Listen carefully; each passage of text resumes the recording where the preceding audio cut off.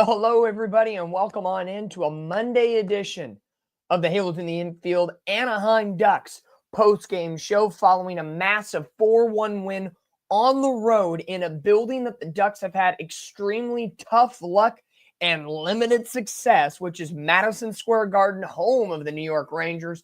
And boy, oh boy, our Ducks get back in the win column with a 4-1 win. Good evening, everybody. Don McLorenz of Catella Chronicles here with you on the only post-game show to cover your Anaheim Ducks all season long. If it's myself, Todd into the mix, everybody else, boy, oh boy, it is going to be a fun time here tonight. A little bit later than usual, but with the Ducks on the East Coast, dinner and things, work schedules happen. But no matter what, we come on and we get you the wonderful post-game show after a 4-1 win on the road in Game 4 of this 5-game road trip over the New York Rangers by the final of 4-1. Good night for the Ducks.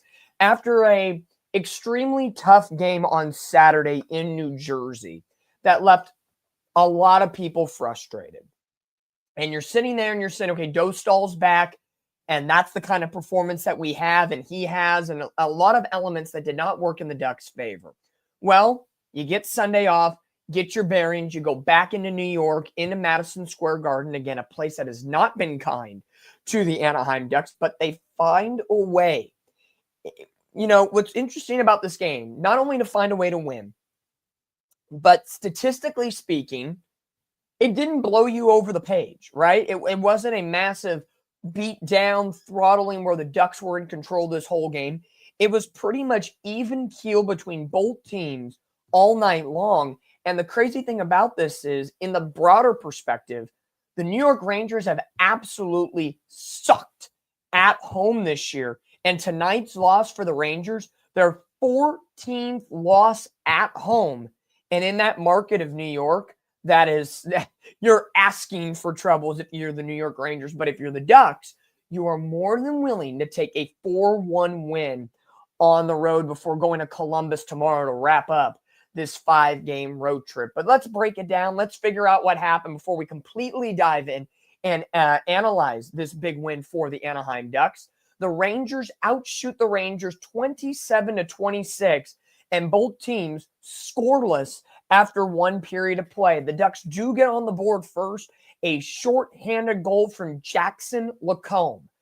Jackson, who has been a notorious, maybe not notorious, he's only been on the team for a handful of years, but most of the time, a little bit of a slow starter to his season. In the first couple of weeks, you're saying, where is Jackson Lacombe?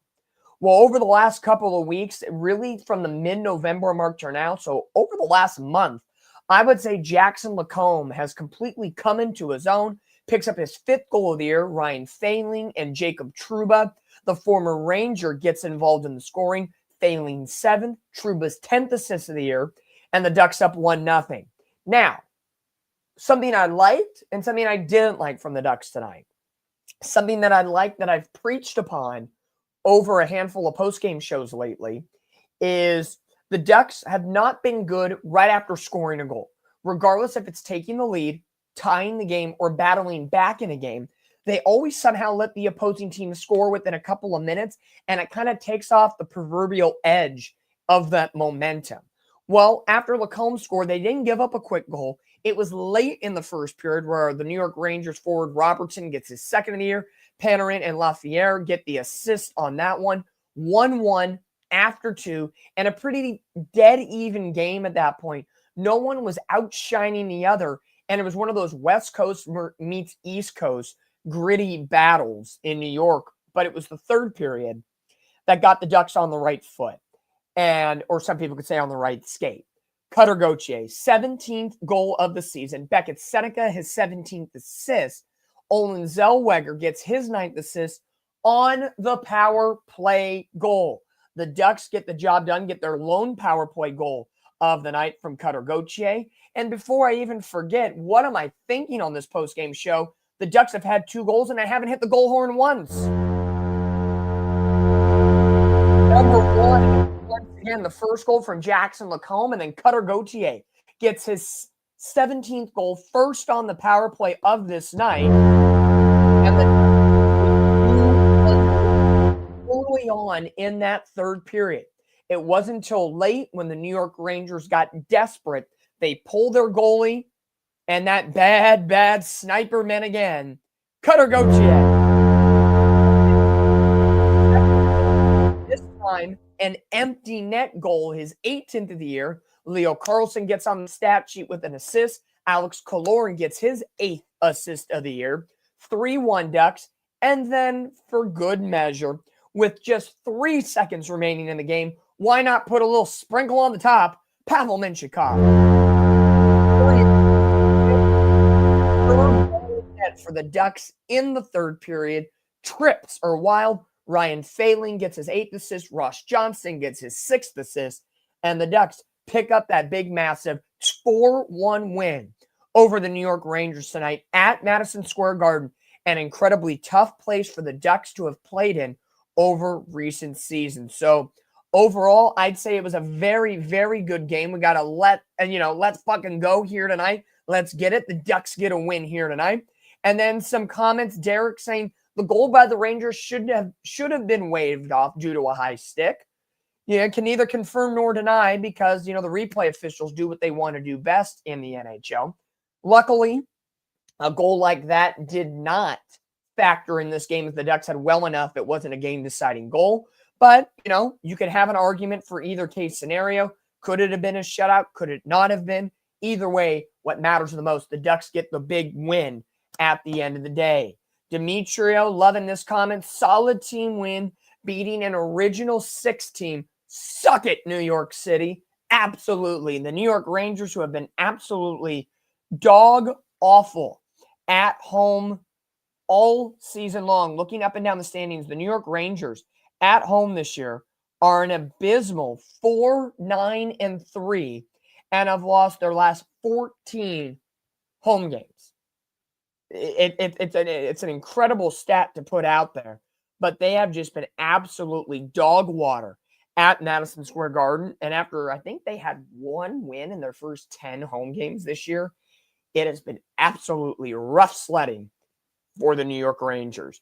This win tonight for Anaheim puts them back in a tie for first place with the Vegas Golden Knights, both at 41 points apiece. And looking up and down of the scores tonight, Las Vegas not in action tonight, so we get to sleep tonight and wake up tomorrow in first place in the Pacific Division. The Kings trailing the Ducks, who are in second by 4 points with 37. Then there's Edmonton with 36, San Jose with 35, the Kraken and the Flames tied with 30, and then Vancouver in the cellar spot with 27. So a very compacted Pacific Division standings. The Ducks find themselves up top and continuing to battle after that red-hot start and 7-game winning streak at the essential end of October, early November portion of the schedule. We knew it was a gauntlet. We knew it was going to be tough. And this road trip for the Ducks has been, in some ways, a little feast or famine. You get a massive win in Pittsburgh, tough loss in New York Islanders, tough loss to the Devils, and a big win against the Rangers with that, rubber match, as baseball will call it, tomorrow in Columbus. So I really like where the Ducks are at, and I'll preach upon this once again before we dive into the box score and some of the other statistics from tonight's game. If the Ducks, in my opinion, can have 50 or more points going and flipping the calendar to January, I think that is a great indication that this is a playoff team. They have Columbus to finish off a road trip. Then they're going to be in Southern California the rest of December with only 1 road game. You have Dallas, Columbus again, Seattle, Christmas break. Coming out of Christmas break, you go to Los Angeles to take on the Kings on the 27th. And then you have San Jose and Tampa Bay. That ends the December calendar. So for me, 7 games remaining. The Ducks have 41. They are 9 points away from that coveted 50 mark, which tells me the Ducks need to win 4.5 out of the final, 7 games. It is completely possible. Columbus, big game, especially 2 out of the next 3 being against Columbus. Dallas is a good opponent. Seattle's been dropping in the standings, but the Ducks did lose to them on opening night. Then you have the Kings in that bitter rivalry, San Jose, who's been on the uptick this year, and Tampa Bay, who is prototypically and perpetually a Stanley Cup champion threat, who is in first place in the Atlantic Division. So tough sledding for the Ducks the rest of the way. Is it possible to get 50 points? I completely think it is plausible, and I agree with Prince Groove. It's plausible indeed. I'd have to agree with you that I think the Ducks could get 50 points. We like the wins for 2 points. If we go to overtime and lose, guess what? You get the proverbial pity point in one. Take that in your back pocket and move on to the next game. But overall stats from tonight's game, Ducks get outshot by the New York Rangers 27-26, very close. New York killed the Ducks in the faceoff circle, 69-31%. But it's the Ducks on the power play going 1 for 3, the Cutter Gauthier goal, and holding the Rangers to 0 for 4 on the power play. That's even better in that regard. The Ducks out-hit and out-block shotted the New York Rangers and took away the puck more often. 15 of 13 in the giveaway category. So, again, maybe not the cleanest of game for the Anaheim Ducks, but they maybe bent. They did not break. And in a game where this one was tied, after 1-0-0, 1-1 after 2, it was anybody's game. And the Ducks were very selective in their shots tonight. 9 in the first, 9 in the second, 8 in the third, while the Rangers had 9 in the first, 13 in the second, and 5 in the third. So a weird statistical game that you wouldn't foresee this being a 4-1 win. Sometimes in a 4-1 win, you would get dramatic, 2 for 4 on the power play, or 35 shots on goal, or things that would really sway in one direction over the other. But I think the Ducks, when you're taking on good teams in the East, and I don't care if the New York Rangers are 7th in their division and they're near the bottom of the league, Madison Square Garden has been an absolute crappy building to play in for the Ducks. They could be the most powerful team in hockey, and the Rangers could be the worst, and the Ducks could walk out of that building losing 7-1. We've seen it happen before, and you just never know what you get on East Coast hockey, especially coming after back-to-back losses in tough manner to New Jersey and the Islanders. But the Ducks were gritty. They got down to business. They had to do what they do best, which was play Joel Quenneville-type hockey. When the going gets tough, the tough gets going. And the Ducks, with Lukas Dostal back in net, had a terrific bounce-back performance, allowing just 1 goal in this game, 26 saves. Definitely, he may be one of our 3 stars of the game, which we'll get to here in just a moment. But looking at the Ducks game sheet, Killorn had a point, Failing with 2 points, Johnston and Seneca with a point apiece, Cutter Gauthier with the 2 goals, 2 points tonight, Leo Carlsson with an assist. He continues to have a stellar, dynamic, powerful season. Again, give him the keys to the castle. Your captain of the future in Leo Carlsson. Jackson Lacombe with the goal. He had 5 shots on goal. Defenseman as a total tonight, 12 of the 26 shots on goal. So the Ducks pressing on offense here with a little bit of adjustment in this lineup, with Ryan Strome back in the lineup, only getting just a tad under 10 minutes. Ian Moore checking in on the defensive side, and Drew Hellison out tonight. We'll see if that becomes more apparent as we go down, as, in my opinion, Drew Hellison has probably been the weakest Ducks defenseman here so far this season.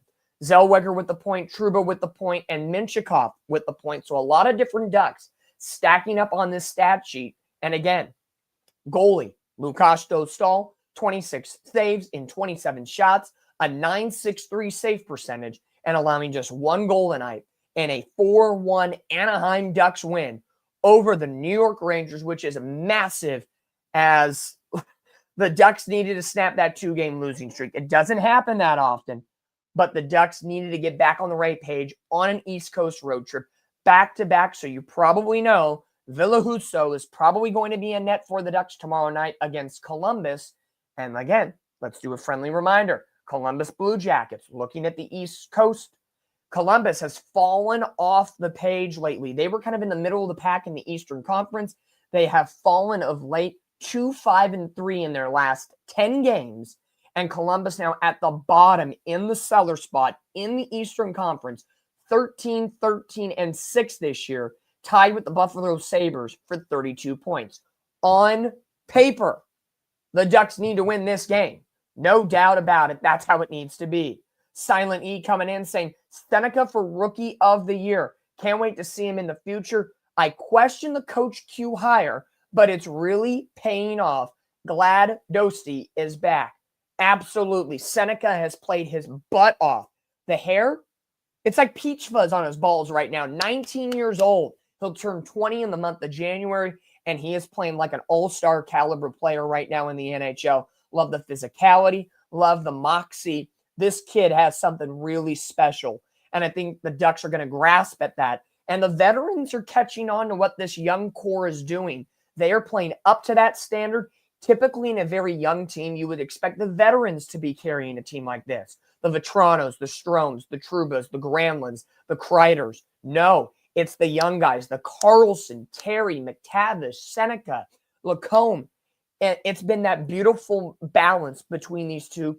And I think that's why Coach Quenneville has been so successful, not only in his career, but early on with the Anaheim Ducks, who right now, 33 games in the pot, 20, 12, and 1. The Ducks have hit 20 wins this early this season.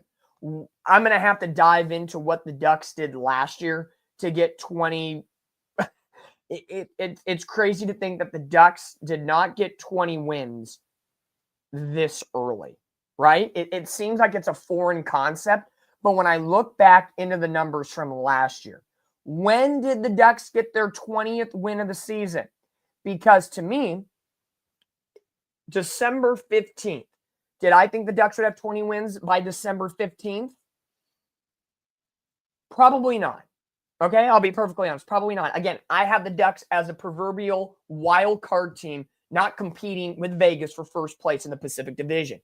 We're still in the rebuild. We are way ahead of expectations, and I love it right now from our Ducks. When did the Ducks get their 20th win of the season last year? It was Saturday, January 25th of 2025. They picked up a 5-2 win at home against the Nashville Predators, and the Ducks at that point were 20, 23, and 6. 3 games under 500 and probably 5th place or below in the Pacific standings. They are 20, 12, and 1. Okay? Let that sink in for a minute. 20, 12, and 1. 8 games above 500. They've only gone to overtime once and lost. They've won in multiple overtimes and multiple shootouts. Ducks have a winning percentage of .621. They are a plus 10 goal differential, 11-4 at home, 9-8-1 on the road, 4-0 in shootouts, and 6-4 in their last 10 games. This is a very fun team to watch right now, and we need to be getting absolutely pumped up for the Ducks tonight, especially after a 4-1 win on the road on Game 4 of this 5-game road trip that concludes tomorrow in Columbus. Tonight's win in a very tough building called Madison Square Garden. Let's step aside for a moment, get you prepped and ready to go for the 3 stars of the game. We'll get into some more of your comments here in just a moment, but let's figure out tonight's Anaheim Ducks 3 stars of the game. If we get the video going, I don't know why.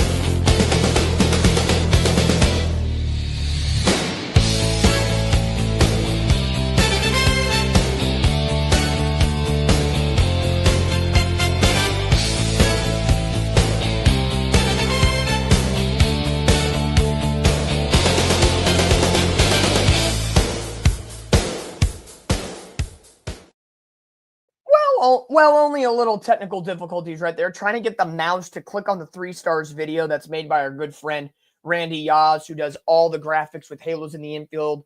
It is absolutely great what he does, Mr. Producer of the Stars, as we nickname him. So, Randy, if you're watching or when you watch this, cheers to you, my friend. Appreciate all of the preparation you put here into the post-game show this year. As you know, Todd not with us tonight. Got some family things going on, so I'm filling in here tonight. Per usual here on the Halos in the Infield Network, the only Anaheim Ducks post-game show, win, loss, no matter what, myself or Todd or both of us are here for you on the Halos in the Infield YouTube page, X page, sometimes Instagram, if Instagram wants to decide to work. But either way, you know where to find us. Like, comment, subscribe, follow us, and also check out our beautiful sponsors at the top of your screen. 714 Tickets, Bruheim, the OC Dugout, and Max Market Pros. It is absolutely lovely to have them along the ride here at Halos in the Infield. But let's take a look at tonight's 3 stars of the game before we get right back into your viewer comments. I know we got some going along here. The number 3 star of the game, absolutely 2 assists tonight. He has been quietly a very good player for the Ducks this year in his first season. And I don't know if we've shown him a lot of love. We're going to do so tonight. Ryan Failing gets to come into the mix tonight as our 3rd star of the game. Acquired him for Trevor Zegras in the offseason. And I know a lot of people did not like that move, losing Trevor Zegras. But hey, you got to give a little to get a little. And I think Ryan Failing has matched this Ducks energy in this Joel Quenneville era.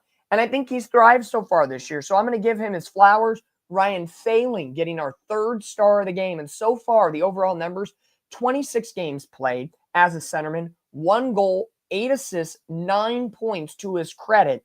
So I would say for the 26-year-old from Minnesota, this is a guy that I really want to see continue to develop and get stronger in this Ducks lineup. Number 2 star of the game, we mentioned him earlier. 2nd game back. Cheers to you, Lukasz Dostal. 26 saves out of 27 shots, a .963 save percentage. And Dostal, that brick wall in between the pipes. The man that the Ducks gave the keys to the castle when trading away John Gibson. 19 games, 12 wins this season, a 2.73 goals against this year, a .905 save percentage. And I think even after a rough start to the season, Dostal has found his groove, now coming off an injury. So, give him a couple games to get that groove back. But when he found that groove in the middle of the winning streak and in November, Dostal, one of the best goaltenders in hockey. So Lukasz Dostal gets our number 2 star of the game, which means who's getting number 1? When you get a pair of goals, 1 on the power play, 1 as an empty netter, you know who it is. You got to cut it. Cutter Gauthier gets the number 1 star of the game. Another masterful performance. Cutter Gauthier, when the Ducks traded for him in return for Jamie Drysdale, somehow the Ducks and Flyers always make moves together, which makes the 2 games this year when they play each other fantastic must-watch events. I said it from the drop when we traded Drysdale for Cutter. We're going to win this trade. Sorry, I know Cutter was a first-round pick by the Flyers that really didn't materialize as a 5th overall pick in 2022.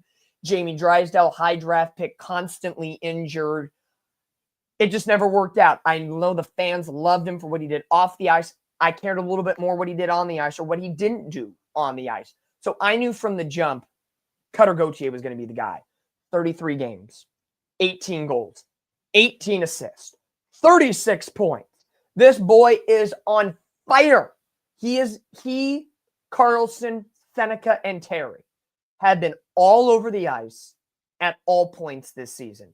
If I have to look through every box score this year, I would say one of those 4 guys have been on the stat sheet at least once in every game so far this year, unless the Ducks have been shut out, right? It's been absolutely amazing what the Ducks have been able to do with Cutter Gauthier, and more so what he has done for us. So Cutter Gauthier, number 1 star of the game. Those are your 3 stars of the game tonight. Before we get into the hoser of the night, let's be one with you, the fans. We appreciate you for coming on in. Got a lot of people commenting here tonight. Silent E coming in and saying Verbeek needs to be like Oprah with the extensions this offseason. Maybe you get an extension. No, you get an extension.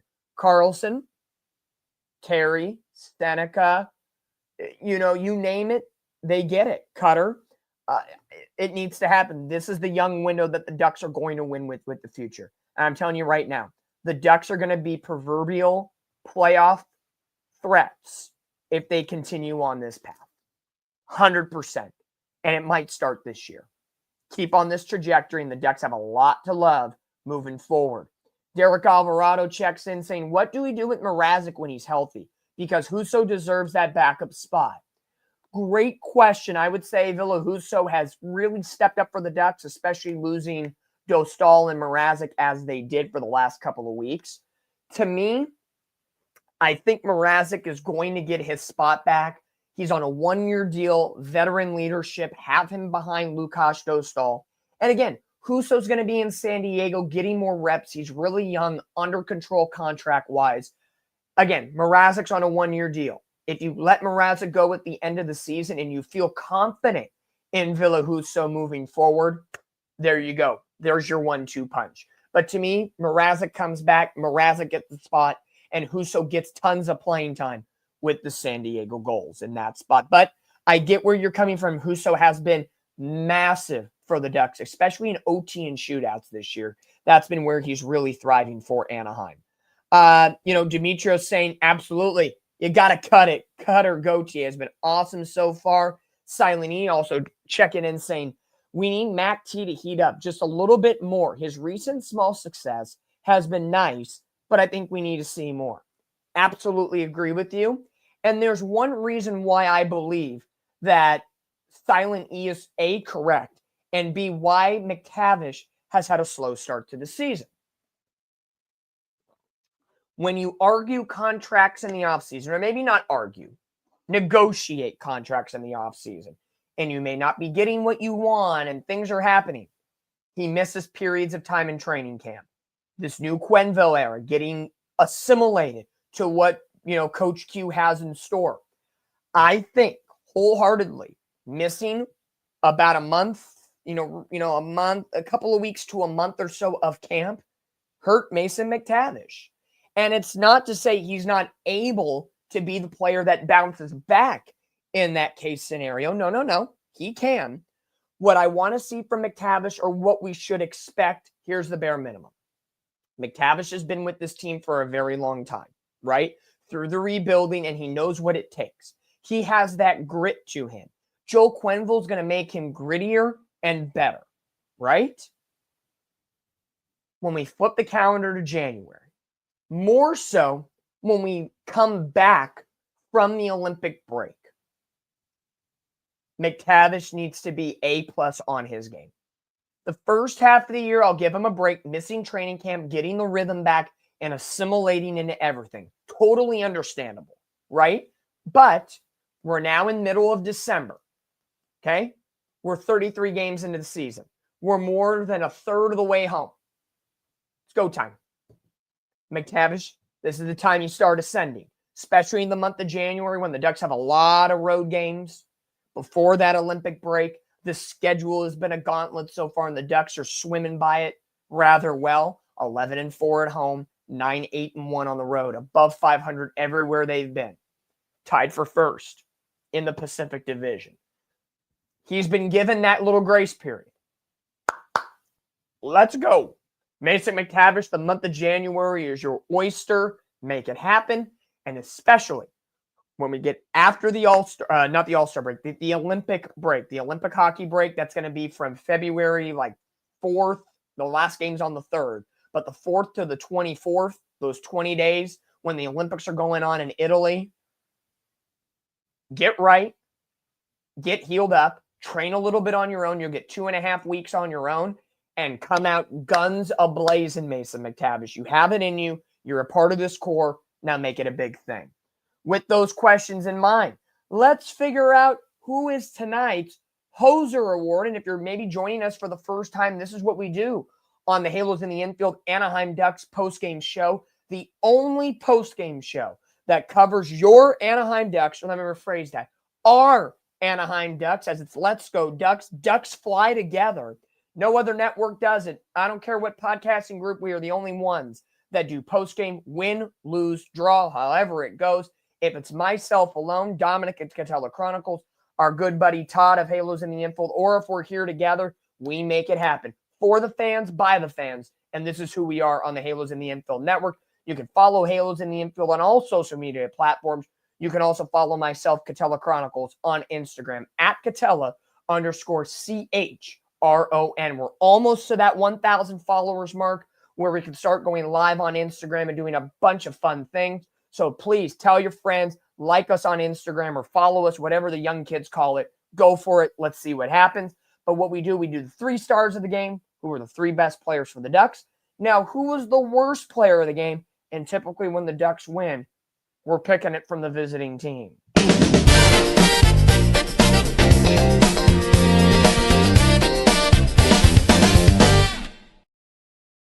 Well, there's a lot to choose from tonight for the Hoser Award as the Ducks defeat the New York Rangers by the final of 4-1 here in Game 4 of the 5-game road trip that wraps up tomorrow against the Columbus Blue Jackets. And a food for thought for everybody listening along.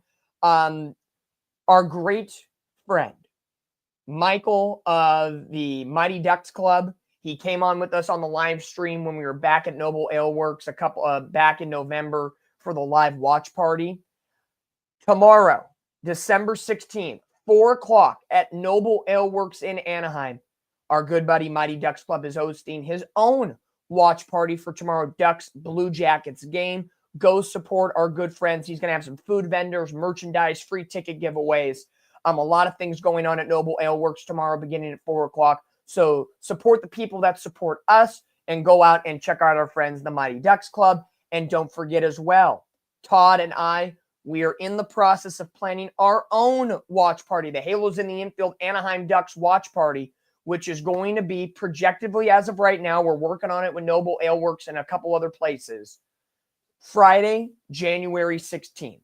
Circle that on your calendar right now. January 16th. It's a Friday.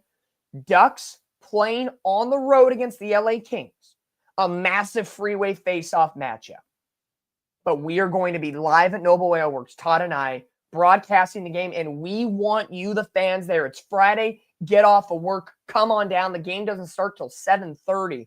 So come on out. Have some great brews. Have some great drinks. We're going to have some food vendors and a bunch of other stuff. Our good friend Michael of the Mighty Ducks Club will be there. We're going to try to get Zach of Ducks Game Day Breakdown there as well. And a lot of our Anaheim Ducks fans. Let's go Ducks. Ducks fly together. We do this together. So please, please, please put that on your calendars. Friday, January 16th, we will have our watch party, Ducks versus Kings. It is going to be an absolute blast. And even some of our friends who are Kings fans will be there as well. Yes, I'm looking at you, Bill from Top Fan Rivalry. He's been on the show in the past. We love him. We love him supporting us. Again, we support those who support us and vice versa. So again, everybody watching along right now, everybody commenting along, we thank you. I thank you for supporting us here on the post-game show. But the Hoser of the Award, or Hoser of the Night Award tonight, is going to go to a New York Ranger. Of course, because the Ducks won. Why else would we not give it to anybody else? And at the end of the day, it's always easy to give it to somebody who leaves the icing surface at the end of the game and essentially just slams the stick on the glass in front of the fans. And that would be the New York Rangers goaltender. Absolutely. He gives up 3 goals tonight, 1 on an empty netter, but Igor Shesterkin, if I'm pronouncing that right, Shesterkin. Yes, Igor Shesterkin gets our Hoser of the Night as he gives up 1, 2, 3 goals out of the 4 tonight in the Ducks 4-1 win. And Igor has been very good this year. Has 13 wins in 27 games, has a goals against of 2.55 and a save percentage of .908. Very good this season. But Igor, thank you for playing, buddy. He is our Hoser of the Night as he gives up 1, 2, 3 too many goals as the Ducks pick up a 4-1 win. A lot to love from this game tonight as I get a drink here for a second talking to you, the fans. The Ducks are a fun team, man. Absolutely can't deny it one bit. And it's crazy to think we're almost 35 minutes into the post-game show. Like to keep them concise and content, but it's a fun night to be a Duck tonight as they snap a 2-game losing streak. They are now 2-2 on this road trip thus far. It wraps up tomorrow against Columbus in what should be on paper a win for Anaheim Ducks. We'll replay through the goals tonight. Second period, Jackson Lacombe gets his 5th of the year. And in the third, Cutter gets his 17th. Cutter gets his 18th. Pavel Minchikov gets his 3rd. Those are your 4 goals tonight from the Anaheim Ducks. And when we play the goal, what do we do? It's goal number 1 for the Ducks. There's goal number 2. We keep on warm up playing when the Ducks get on the stat sheet with those goals. Number 3. Doesn't matter how many. We're going to play the horn all night long. And last but not least, the 4th and final goal. against the New York Rangers, back atop of the Pacific Division, tied with the Vegas Golden Knights, 41 points apiece. And to me, the Ducks are around 9 points away from that coveted 50-point mark that I would personally love to see them hit before we hit January 1st. Ducks hit their 20th win of the season tonight. It took them more than half the season to do that last year. It was game number 49 when the Ducks got win 20 last year. This year, it's game number 33. So the Ducks are 16 games ahead of schedule from where they were last season. The rebuild is happening? Yes. Are we past the dark days? Yes.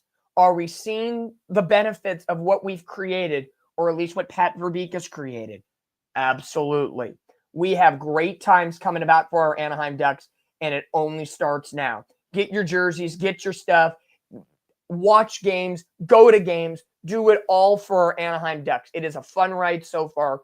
20-12-1 to begin this year, a .621 winning percentage, and the Ducks continue to roll on and keep their winning ways.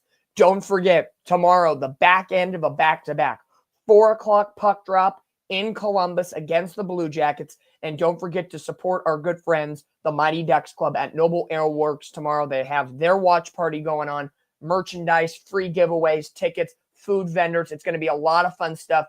I, unfortunately, will not be able to make it tomorrow, but go out and support. You might find Todd there. I've heard some rumblings that Todd might make an appearance tomorrow as well. But also, fans, circle on your calendars right now. Put it on your phone. Circle the calendar. Friday, January 16th, 7:30 game. Ducks versus Kings at Staples Center in LA. We, the Halos in the Infield and Catella Chronicles crew, and a bunch of our friends, we are going to Noble Ale Works, and we are going to make a watch party happen. We're going to be broadcasting the game live. We want you to be there. We want to make it loud. We want to make it crazy. It's Friday. After work, come on down, have a drink. And if you don't drink, have some great food. That's why we want to do. Eat, drink, be merry. It's the holiday season, and our Ducks are doing great. So please, please, please come on out to January 16th watch party as well. We'll have more information as we get a little closer, but it has been absolutely great so far to see all the fans supporting us here. One of our best nights watching the post-game show tonight in a 4-1 win. Our great buddy from the drop, Demetrius, saying McTavish, he prefers McTavish over Zegras. Hot take central, baby. I know a lot of fans love Trevor Zegras, and I know that game on March 18th when Zegras makes his return to Honda Center, that's going to be a crazy night, and I think Zegras is going to want to win that game. The Ducks are going to have to play double or nothing that night and have a dynamic effort. But McTavish over Zegras could be the case. Let's put it out there. Carlson or Zegras? I'm taking Carlson. Terry or Zegras? Taking Terry. Seneca or Zegras? Probably taking Seneca as of right now. Zegras is a terrific player. No knock against Trevor Zegras. He did all he can through this rebuild.